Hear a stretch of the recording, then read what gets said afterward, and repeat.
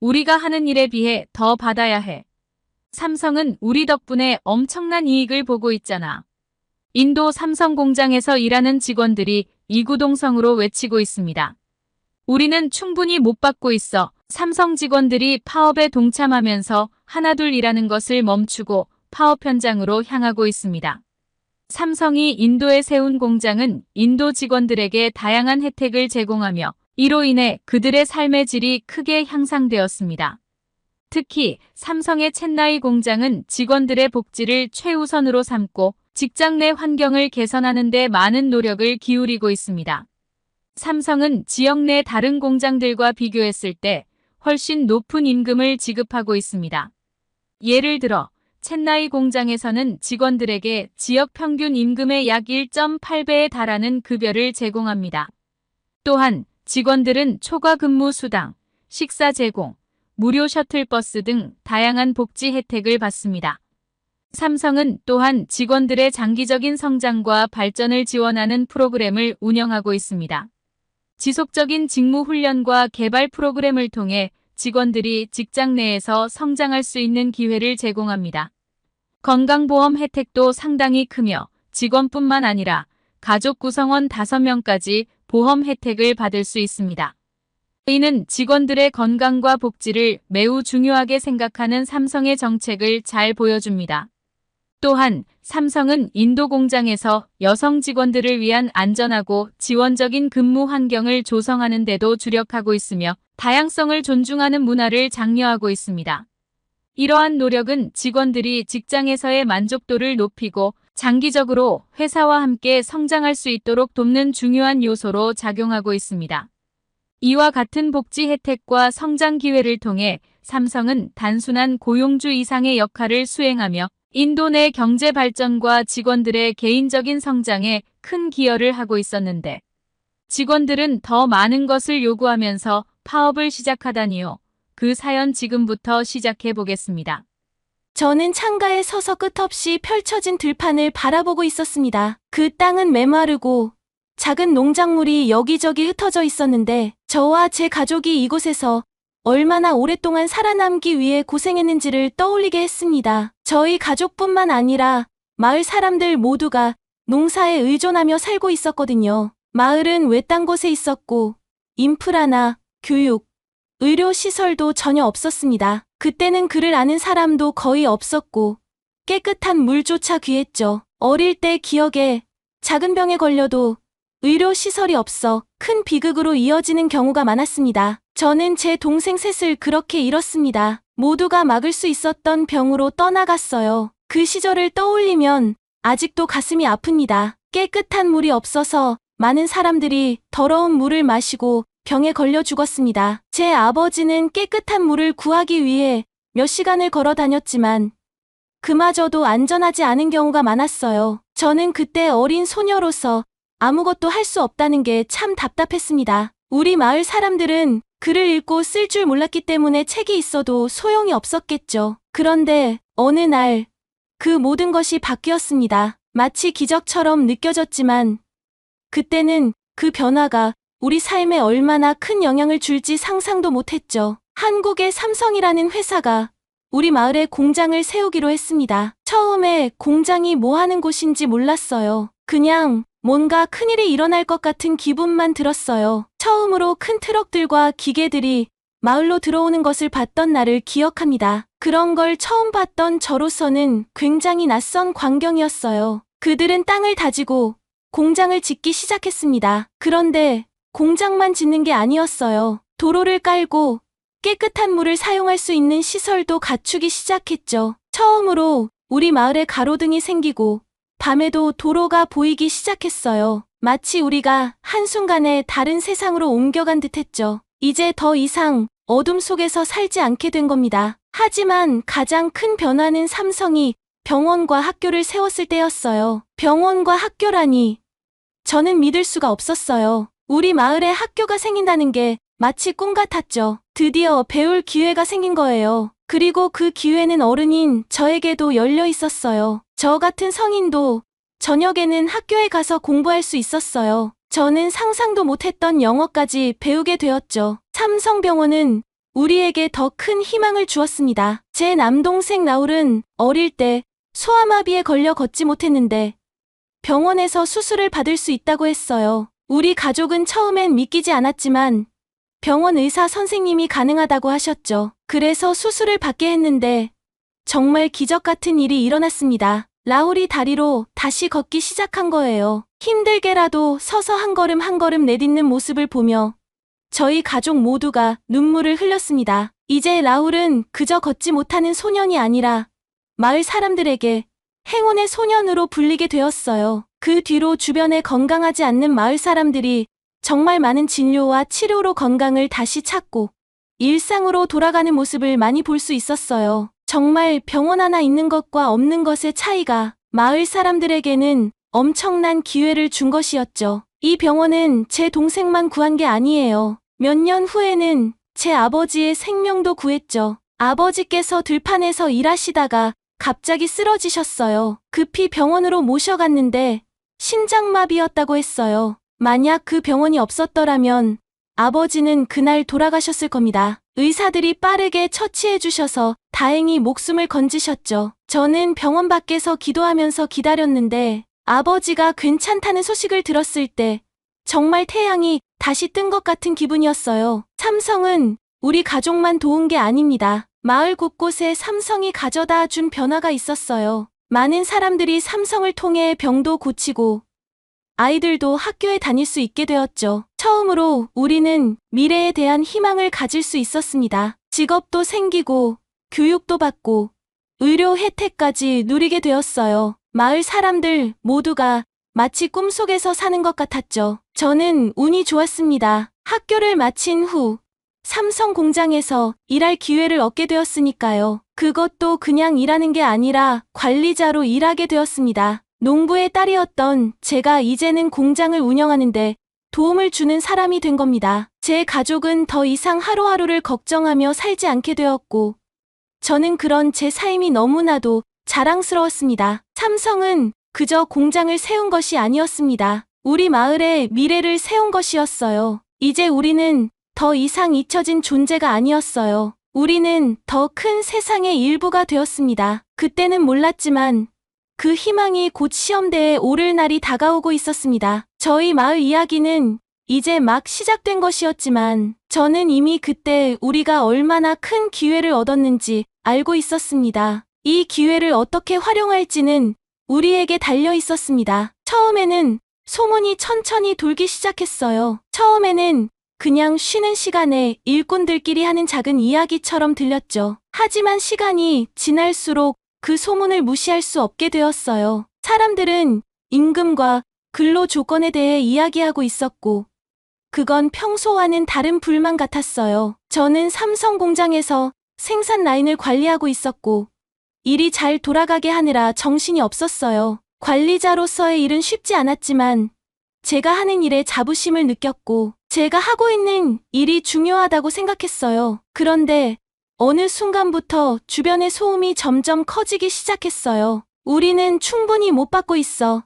한 일꾼이 말하는 것을 들었어요. 다른 사람도 동의하며 말했죠. 우리가 하는 일에 비해 더 받아야 해. 삼성은 우리 덕분에 엄청난 이익을 보고 있잖아. 그 말을 듣고 잠깐 멈춰 섰지만 그들과 대화를 나누지는 않았어요. 왜냐하면 저는 삼성이 우리에게 충분히 좋은 대우를 해주고 있다고 믿었거든요. 우리는 다른 어떤 회사보다도 높은 임금을 받고 있었고 병원, 깨끗한 물, 그리고 아이들을 위한 학교 같은 혜택도 받고 있었으니까요. 이런 것들은 우리 마을에 삼성이 오기 전까지는 상상도 못했던 것들이었어요. 그런데 이런 것들에 불만이 있을 수 있다는 게 이해가 되지 않았어요. 하지만 그 소문은 멈추지 않았어요. 점점 더 많은 사람들이 모여서 대화를 나누고 작은 불만들이 점점 커졌어요. 저는 불안했지만 이게 큰 문제로 번질 거라고는 생각하지 않았어요. 사람들은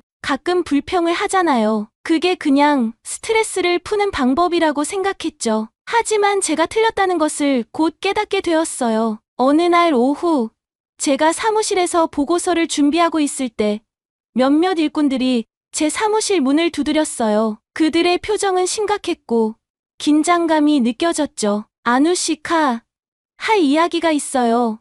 한 사람이 말했어요. 파업에 대한 이야기입니다. 파업이요? 저는 깜짝 놀라 물었어요. 그 말은 제 가슴에 찌르는 듯한 충격을 줬어요. 그게 무슨 소리죠? 다른 사람이 설명하기 시작했어요. 우리는 파업을 준비 중이에요. 임금 인상과 더 많은 혜택을 요구하고 있어요. 우리가 열심히 일해서 삼성이 이렇게 큰 이익을 보는데 이제 그 보상을 받아야 할 때라고 생각합니다. 저는 믿을 수가 없었어요. 파업이라니. 삼성은 우리에게 이렇게 많은 것을 해줬는데 어떻게 그럴 수 있죠? 하지만 우리에겐 이미 충분한 게 있잖아요. 제가 대답했어요. 삼성은 이 지역에서 가장 높은 임금을 주고 있어요. 우리에게는 병원도 있고 깨끗한 물도 있고 아이들을 위한 학교도 있어요. 더 이상 뭘 바라죠? 그 중 한 사람, 라지라는 이름의 나이 많은 일꾼이 앞으로 나왔어요. 그의 표정은 단호했고 그는 말했어요. 그걸로는 충분하지 않아요. 아누시카, 우리는 더 받을 자격이 있어요. 지금 우리는 착취당하고 있는 겁니다. 저는 그 말이 믿기지 않았어요. 착취라고요? 저는 되물었어요. 우리가 여기까지 얼마나 많이 발전해 왔는지 생각해 보세요. 삼성이 오기 전에는 우리에게 아무것도 없었어요. 지금은 직업도 있고 미래도 있습니다. 그건 삼성 덕분이에요. 라지는 고개를 저었어요. 당신은 이제 그들의 사람이 되었군요. 아누시카, 당신은 우리가 어디에서 왔는지 잊었어요. 그렇게 말하고 그들은 제 사무실을 떠났어요. 저는 혼자 그 자리에 서서 할 말을 잃고 말았죠. 그날 밤, 저는 잠을 잘 수가 없었어요. 머릿속은 파업에 대한 생각으로 가득 찼어요. 그들이 잘못됐다는 걸 알았지만 일꾼들이 화가 났다는 것도 알고 있었죠. 그리고 사람들이 화가 나면 제대로 생각하지 못한다는 것도 알고 있었어요. 부모님과 이 문제에 대해 이야기를 나눴어요. 아버지는 삼성병원 덕분에 목숨을 건진 분이었기 때문에 저와 마찬가지로 충격을 받았어요. 어떻게 우리를 구해준 회사를 배신할 수 있단 말이냐? 아버지가 말씀하셨어요. 하지만 이 문제는 우리 가족만의 문제가 아니었어요. 마을 전체의 문제였죠. 만약 파업이 계속된다면 모든 것이 위험에 처할 거예요. 이 공장은 마을의 생명줄이에요. 이 공장이 없으면 우리는 다시 옛날로 돌아가야 해요. 가난과 병, 그리고 희망 없는 삶으로요. 저는 그런 일이 일어나게 할 수 없었어요. 다음 날, 저는 일꾼들에게 이야기하려고 했어요. 그들이 이 상황을 제대로 보게 하려고 했죠. 하지만 그들은 제 말을 들으려 하지 않았어요. 당신은 우리를 배신했어. 아누시카, 한 사람이 제게 소리쳤어요. 당신은 당신의 자리를 지키려고 이러는 거잖아. 저는 깊은 좌절감과 슬픔을 느꼈어요. 이들은 제가 함께 자라온 사람들이고 함께 일해온 동료들이었는데 이제는 저를 적으로 보고 있었어요. 상황은 점점 더 심각해졌고 공장 밖에는 임금 인상과 더 많은 혜택을 요구하는 일꾼들이 모여들기 시작했어요. 그들은 구호를 외치고 팻말을 흔들며 일을 거부했어요. 공장은 멈췄죠. 저는 사무실 창가에서 그 광경을 바라보며 속이 무너져 내리는 것 같았어요. 우리가 쌓아온 모든 것이 눈앞에서 무너져 내리고 있었어요. 파업은 점점 더 커졌고 더 많은 일꾼들이 합류했어요. 공장 바닥은 더 이상 기계 소리로 가득하지 않았고 그 침묵은 무서웠어요. 이 침묵이 무엇을 의미하는지 알았거든요. 그것은 공포였어요. 우리가 다음에 무엇을 해야 할지에 대한 공포. 며칠이 지나고 삼성은 일꾼들과 협상하려고 했지만 그들의 요구는 도저히 받아들일 수 없는 것들이었어요. 임금을 2배로 올리고 모든 인도 공휴일에 유급 휴가를 주라는 요구는 너무 과도했어요. 저는 회사가 이런 조건들을 받아들일 수 없다는 것을 알고 있었어요. 하지만 일꾼들은 한 발자국도 물러서지 않았어요. 그들은 자신들이 삼성을 압박할 수 있다고 확신하고 있었죠. 어느 날 아침, 제가 공장으로 가는 길에 화난 일꾼 무리가 저를 가로막았어요. 그들의 얼굴은 분노로 가득 차 있었어요. 당신은 배신자야. 아누시카, 한 사람이 소리쳤어요. 우리는 우리의 권리를 위해 싸우고 있는데 당신은 우리를 배신하고 있어. 저는 침착하려고 노력했지만 심장은 쿵쾅거렸어요. 저는 여러분을 배신하는 게 아닙니다.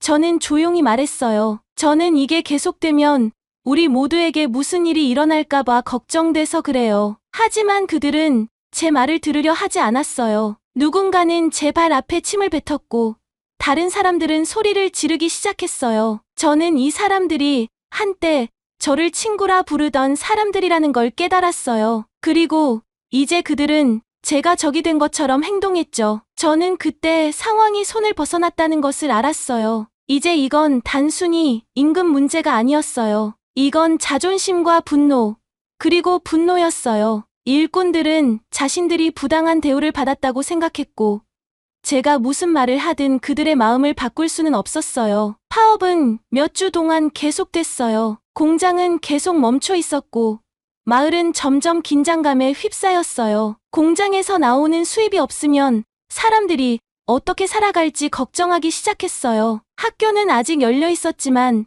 저는 이번 일로 학교에까지 파장이 갈까봐 정말 걱정이 되었어요. 모든 게 너무 빠르게 무너져 내렸어요. 어제까지만 해도 공장에서 일을 하고 있었는데 어느새 모든 게 멈춰버린 겁니다. 현실이 아닌 것처럼 느껴졌어요. 기계들은 멈춰 있고 공장 바닥은 텅 비었으며 공기마저도 무겁게 느껴졌어요. 일꾼들은 요구를 관철시키지 못한 채 떠났고 이제 아무것도 남지 않았어요. 우리 마을의 심장이 멈춰버린 기분이었어요. 삼성이 공장을 무기한으로 닫겠다고 발표한 그날 아침, 마을을 걸어 다니면서 본 풍경은 정말 충격적이었어요. 평소에 일꾼들의 발길로 붐비던 길이 한산해졌고 사람들은 작은 무리로 모여 낮은 목소리로 속삭이고 있었어요. 그들의 얼굴에는 두려움과 혼란, 그리고 믿을 수 없다는 표정이 섞여 있었죠. 도대체 어떻게 이렇게 된 걸까요?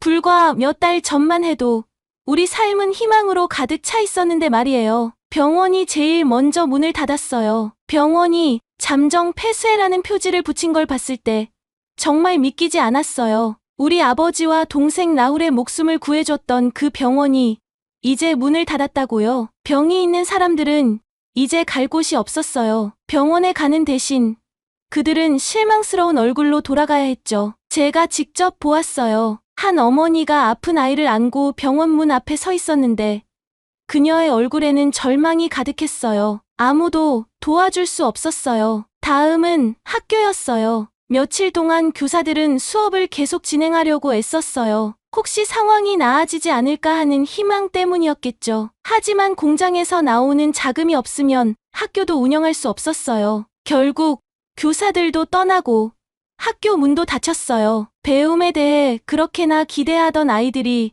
이제는 아무런 목표 없이 거리를 배회하는 모습을 보게 됐어요. 그 장면을 멀리서 바라보며 학교가 처음 세워졌을 때 얼마나 감사했는지 떠올랐어요. 그것은 우리 미래였고 가난의 고리를 끊을 기회였어요. 그런데 이제 그 모든 게 사라졌어요. 깨끗한 물을 제공하던 수도 시스템도 금방 망가지기 시작했어요. 삼성이 만들어준 시스템 덕분에 우리는 안전한 물을 마실 수 있었는데 정기적인 유지 보수가 없으니 파이프가 부서지기 시작했어요. 물은 다시 더러워졌고 사람들은 다시 먼 곳에 있는 오래된 우물로 물을 기르러 가기 시작했어요. 그 물은 예전처럼 다시 우리를 병들게 할 위험이 있었죠. 우리가 시간이 거꾸로 되돌아가는 것 같았어요. 마치 우리가 과거로 돌아가고 있는 것처럼요. 저는 마을 끝에 서서 멀리 보이는 공장을 바라봤어요. 한때 연기가 피어오르던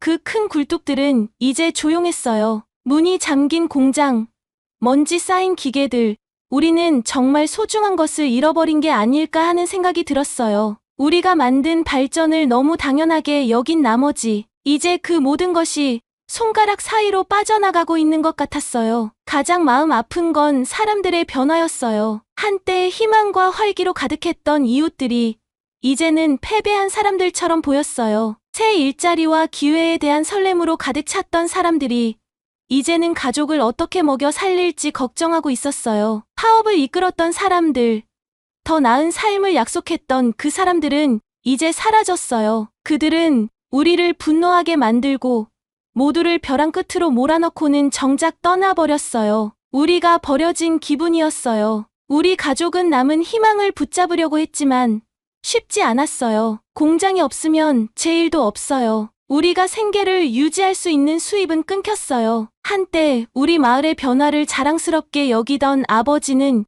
이제 집 한쪽 구석에 조용히 앉아 걱정스러운 눈빛으로 하루하루를 보내고 계셨어요. 어머니는 우리 모두를 위해 강해지려 했지만 저 역시 어머니 얼굴에서 두려움을 볼 수 있었어요. 어머니도 저처럼 알고 계셨어요. 이제 상황은 더 나빠질 거라는 것을요. 앞으로가 더 힘들 거라는 것을요. 우리 가족만 그런 게 아니었어요. 마을 곳곳에서 사람들은 돈이 바닥나고 있었어요. 곧 식량도 부족해질 것 같았죠. 가게들은 텅 비었어요. 그 가게들은 공장 노동자들의 수입에 의존해 운영됐으니까요. 노동자들이 일하지 않으니 돈을 쓸 수 없었고 마을 경제가 무너지고 있었어요. 정부가 마침내 개입했지만 이미 너무 늦었어요. 나렌드라 모디 총리가 공개적으로 삼성이 결정을 재고해달라고 요청했어요. 해결책을 찾겠다고 약속했지만 이미 상황은 돌이킬 수 없었어요. 삼성은 이미 다른 나라로 공장을 이전할 준비를 하고 있었거든요.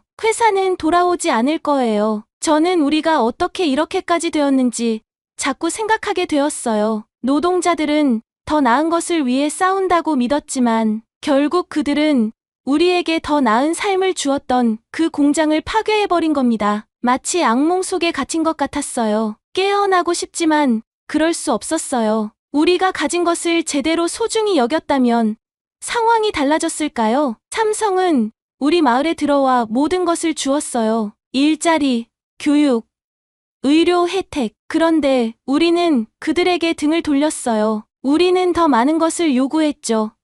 우리가 상상도 못했던 것들을 이미 가지고 있었음에도요. 그리고 이제 우리는 아무것도 없게 되었어요. 날이 갈수록 마을은 더 조용해졌어요. 가족들은 다른 도시로 떠나기 시작했지만 갈 곳이 많지 않았어요. 대부분의 사람들은 다른 곳에서 좋은 일자리를 찾을 수 있을 만큼의 기술이나 교육을 받지 못했으니까요. 공장이 우리의 유일한 기회였어요. 그것이 우리의 미래였고 그 미래가 이제 사라졌어요. 어느 저녁 가족들과 함께 집에 앉아 있었는데 그 작은 집이 한때 웃음과 희망으로 가득했던 것이 이제는 숨막힐 정도로 조용하게 느껴졌어요. 제 동생 라훌, 한때 행운의 소년이라고 불렸던 아이가 저를 바라보고 있었어요. 삼성이 준 두 번째 기회 덕분에 그는 다시 걸을 수 있었지만 이제 그의 미래도 불확실해 보였어요. 학교가 멈추니 더 이상 교육의 기회를 받지 못하고 멈춰진 상태였죠. 라훌은 항상 더 나은 삶을 꿈꿔왔어요. 중요한 사람이 되고 싶어 했죠. 하지만 이제 그 꿈이 너무 멀어 보였어요. 부모님을 바라보면서 그분들이 이런 고난을 이미 겪어본 사람들이라는 것을 깨달았어요. 삼성이 오기 훨씬 전에요. 그분들은 아무것도 없이 살아가는 게 어떤 건지 알고 있었어요. 하지만 저와 라훌, 그리고 많은 다른 사람들에게는 이번이 처음으로 우리가 모든 것을 잃게 된 순간이었어요. 그게 너무 두려웠어요. 이제 앞으로 어떻게 될지 모르겠어요. 아무도 모릅니다. 우리는 그저 기다리고 상황이 나아지기를 바랄 수밖에 없었어요. 하지만 마음 한구석에서는 이 마을이 다시는 예전처럼 돌아갈 수 없을 거라는 걸 알고 있었어요. 그날 밤 침대에 누워서 우리가 배운 교훈들에 대해 생각했어요. 우리는 진짜 기회를 받았었죠. 우리의 삶을 바꿀 수 있는 기회였어요. 그런데 그걸 스스로 버렸어요. 언젠가 다시 재건할 수 있을지 모르겠어요. 이 재앙에서 회복할 수 있을지요. 하지만 지금으로서는 그저 희망이 가득했던 그때를 기억하는 것뿐이었고 다시 그런 날이 올지 의문이 들었어요. 모든 게 무너진 후로 몇 주가 지났습니다. 마을은 점점 더 조용해졌어요. 사람들은 어딘가로 떠나고 있었고 남아있는 사람들도 더 이상 예전처럼 활기차지 않았어요. 길거리는 한산했고 대화도 거의 들리지 않았습니다. 모두들 이제 앞으로 어떻게 살아가야 할지 고민하고 있었어요. 저는 혼자서 많은 생각을 하게 되었습니다. 우리가 왜 이런 상황에 처하게 되었는지, 그리고 앞으로 우리는 어떻게 해야 할지를요. 삼성은 우리 마을에 많은 것을 주었어요. 깨끗한 물, 일자리, 병원, 학교, 그리고 무엇보다도 희망을 주었죠. 하지만 우리는 그 희망을 당연하게 여겼어요. 더 많은 것을 요구하며 우리가 이미 가진 것들이 얼마나 소중한지 잊어버린 거죠. 결국 탐욕과 욕심이 우리 모두를 망가뜨렸습니다. 파업이 시작되었을 때 많은 사람들은 그것이 더 나은 삶을 가져다 줄 거라고 믿었어요. 더 높은 임금을 받고 더 나은 혜택을 누리게 될 거라고 기대했죠. 하지만 현실은 그렇지 않았습니다. 그들은 삼성이라는 큰 회사가 자신들의 요구를 들어줄 것이라고 확신했지만 결국 그들의 무리한 요구는 회사를 떠나게 만들었어요. 그리고 그 결과는 너무나도 참담했죠. 마을은 순식간에 이전으로 되돌아갔어요. 병원은 문을 닫았고 학교는 운영을 중단했으며 깨끗한 물을 공급하던 시스템도 점점 망가졌습니다. 사람들이 더 이상 꿈꾸던 미래를 이야기하지 않게 되었고 대신 어떻게 생계를 유지할지 걱정하기 시작했어요. 아이들은 배움의 기회를 잃었고 어른들은 일자리를 잃었어요. 우리 모두는 무엇을 잘못했는지 뒤늦게 깨달았습니다. 제가 가장 마음 아팠던 것은 이 모든 일이 우리 마을 사람들끼리의 욕심과 오해 때문에 벌어졌다는 거였어요. 우리는 이미 가진 것들이 얼마나 중요한지 몰랐어요. 삼성이라는 회사가 우리에게 준 기회를 소중히 여기지 않고 더 많은 것을 원했죠. 우리는 그들에게 등을 돌렸고 결국 그들이 우리를 떠나게 만들었어요. 몇 주가 지나면서 저는 삼성과 한국에 대해 다시 생각하게 되었어요. 그들은 단순히 우리에게 일자리를 제공한 것이 아니었어요. 그들은 우리 마을 전체를 변화시켰고 우리가 더 나은 삶을 살 수 있도록 도와줬죠. 그들은 우리에게 새로운 가능성과 기회를 열어주었어요. 하지만 우리는 그 기회를 놓쳐버렸습니다. 그들이 우리에게 준 것이 얼마나 귀한 것이었는지 이제야 알게 되었어요. 저는 계속해서 떠나가는 사람들을 보았어요. 더 이상 이곳에서 희망을 찾을 수 없다고 생각한 사람들이었죠. 하지만 저는 그렇게 쉽게 떠날 수 없었어요. 이곳은 제가 자란 곳이었고 제가 일해온 곳이었어요. 삼성 덕분에 우리 가족은 더 나은 삶을 살 수 있었고 그 덕분에 제 동생 라울은 다시 걷게 되었어요. 그런 희망을 준 회사를 우리가 배신했다는 생각이 저를 계속 괴롭혔습니다. 언젠가 마을이 다시 일어설 수 있을까요? 저는 확신할 수 없었어요. 하지만 한 가지는 분명했어요. 우리는 이번 경험에서 많은 것을 배웠습니다. 외국 기업이 우리에게 투자하고 우리에게 기회를 준 것이 얼마나 중요한지를요. 그 기회를 당연하게 여기면 안 된다는 것을요. 삼성은 우리 마을을 변화시켰고 우리는 그 기회를 놓쳤습니다. 하지만 앞으로 다른 기회가 온다면 우리는 그 기회를 소중히 여기고 더 잘 활용해야 한다고 생각했어요. 이번엔 우리가 잃어버린 것들을 다시 찾을 수 있도록 노력해야 한다고 결심했어요. 삼성이 떠나고 그들이 만든 시설들이 점점 망가져가는 것을 보면서 저는 우리 마을이 다시는 예전처럼 번성하지 못할 거라는 두려움에 휩싸였어요. 하지만 또 한편으로는 우리가 이 상실 속에서 배운 교훈을 통해 다시 일어설 수 있을 거라는 작은 희망도 품고 있었어요. 어느 날 저는 집에 앉아 다시 생각했어요. 한국은 우리에게 무엇을 가르쳐 주었을까? 그들은 우리에게 새로운 삶을 선물해 주었어요. 하지만 우리는 그 선물을 당연하게 생각했고 이제는 그것을 잃었습니다. 그렇다면 우리가 다시 일어서기 위해서는 어떻게 해야 할까요? 저는 그 답을 찾기 위해 더 많은 생각을 해야 했어요. 한 가지 확실한 것은 한국과 삼성이 우리에게 준 기회는 결코 잊혀져서는 안 된다는 거였어요. 그것은 우리 마을 역사에서 가장 중요한 순간이었어요. 그리고 우리는 그 순간을 되돌릴 수는 없지만 그 교훈을 잊지 않고 앞으로 나아가야 한다는 것을 깨달았습니다. 저는 마을을 떠나는 사람들을 바라보며 결심했어요. 저는 이곳을 떠나지 않을 거예요. 삼성이 준 교훈을 가슴속에 품고 다시 마을이 일어설 수 있도록 무언가를 해야겠다고요. 비록 지금은 길이 보이지 않지만 언젠가 우리 마을도 다시 희망을 찾을 수 있을 거라고 믿고 싶었어요. 저는 그날 밤 다시 침대에 누웠어요. 밖은 여전히 조용했고 마을은 어둠 속에 잠겨 있었어요. 하지만 제 마음속에는 작은 희망이 피어나고 있었어요. 우리가 이 상실에서 배운 것들을 소중히 간직하고 다시 앞으로 나아갈 수 있을 거라는 믿음이요. 파업이 계속되고 마을이 혼란에 빠져 있을 때 모디 총리의 사과는 모든 것을 변화시킨 순간이었습니다. 저는 TV를 통해 그가 삼성을 향해 비굴하게 고개를 숙이고 사과하는 모습을 보았을 때 충격을 금할 수 없었어요. 그는 항상 강한 리더십을 자랑하는 인물로 미국이든 다른 강대국이든 앞에서는 절대 굽히지 않는 사람이었거든요. 그런데 그가 삼성에게 이렇게까지 사과하는 모습을 본 건 정말 믿기지 않았습니다. 그 순간 저는 한국이 얼마나 중요한 나라였고 삼성이라는 기업이 우리 인도 경제에 얼마나 큰 영향을 끼쳤는지 다시금 깨달았습니다. 모디 총리는 아주 솔직하게 말을 이어갔습니다. 인도 정부를 대표해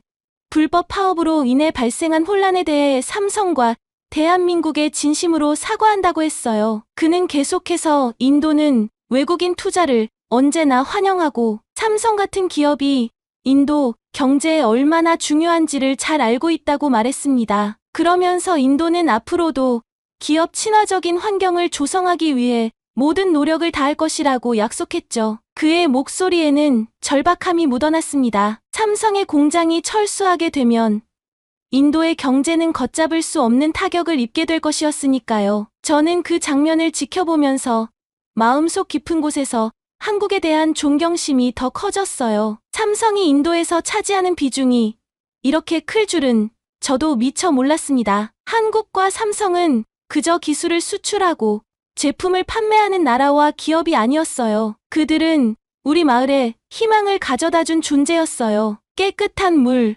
의료, 교육, 그리고 일자리까지 모두 삼성이 제공해준 덕분에 우리는 가난에서 벗어나 새로운 삶을 살 수 있었던 거예요. 그런데 우리는 그 기회를 제대로 잡지 못했고 오히려 더 많은 것을 요구하며 스스로 그 길을 망가뜨리고 말았습니다. 모디 총리의 사과에도 불구하고 삼성은 철수 결정을 번복하지 않았어요. 그들은 이미 다른 나라로 공장을 옮길 준비를 끝마쳤던 것 같았어요. 공장이 철수하게 되면 그 뒤에 남는 것은 폐허 같은 마을뿐이었어요. 그 사실을 생각할 때마다 저희 가슴은 무너졌습니다. 삼성이 떠나면 우리 마을은 그저 망가진 공장이 남은 빈 땅으로 전락할 것이고 우리 삶도 예전처럼 되돌아갈 수 없을 것이었으니까요. 삼성의 철수 소식이 마을에 퍼지자마자 사람들은 패닉에 빠졌습니다. 모두가 삼성이 마지막 순간에 마음을 바꿔줄 것이라는 희망을 품고 있었던 거죠. 하지만 그 희망은